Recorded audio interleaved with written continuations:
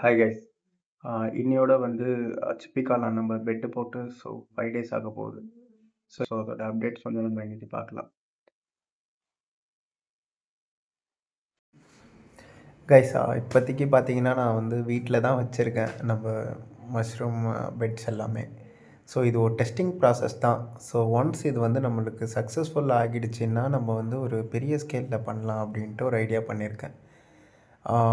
இது வந்து இதுதான் நம்ம ஆக்சுவலி ஃபஸ்ட்டு போட்ட பெட்டு. சரியா இல்லை அது எனக்கு தெரியும்.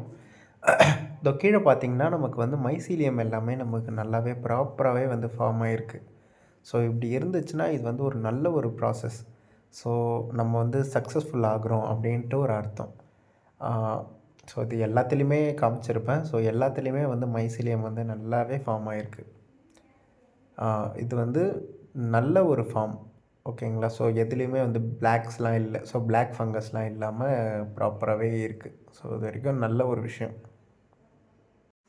ஸோ இந்த பெட்டு பார்த்தீங்கன்னா நம்ம செகண்ட் டே போட்ட பெட்டு தான். ஸோ இது ஆக்சுவலி வந்து நம்ம பெட் போடுறப்போ வந்து இந்த மாதிரி தான் நம்ம போடணும். ஸோ நம்ம ஃபஸ்ட்டு டைம் போடுறோன்றதுனால நம்ம வந்து சரியாக போடாமல் மிஸ்டேக் பண்ணியிருந்தோம். ஓகே, அது வந்து திருத்திக்கலாம். இப்போ வந்து நம்ம வந்து வாட்டர் வந்து நம்ம எப்படி மஷ்ரூமுக்கு வந்து நம்ம ஸ்ப்ரே பண்ணலாம் அப்படின்ட்டு பார்க்கலாம். ஸோ இந்த மாதிரி ஸ்ப்ரேயர் இருக்கும். ஸோ அந்த ஸ்ப்ரேயரில் வந்து வாங்கிக்கோங்க. வாங்கிட்டு இந்த மாதிரி தான் நம்ம ப்ராப்பரான வேயில் வந்து நம்ம ஸ்ப்ரே பண்ணிக்கணும். எதனால் நம்ம இந்த மாதிரி ஒரு வேயில் நம்ம பண்ணுறோன்னு பார்த்தீங்கன்னா, டைரெக்டாக நம்ம வந்து ஸ்ப்ரே பண்ணக்கூடாது. ஸ்ப்ரே பண்ணோன்னா வந்து மஷ்ரூம் வந்து நமக்கு வந்து அழுகி போகலாம். அப்படி இல்லைனா வந்து ஃபங்கஸ் வந்து ஃபார்ம் ஆகலாம். கம்மியாகவும் நம்ம வந்து ஸ்ப்ரே பண்ணிடக்கூடாது. வந்து மாடரேட் லெவலில் தான் நம்ம வந்து ஸ்ப்ரே பண்ணணும்.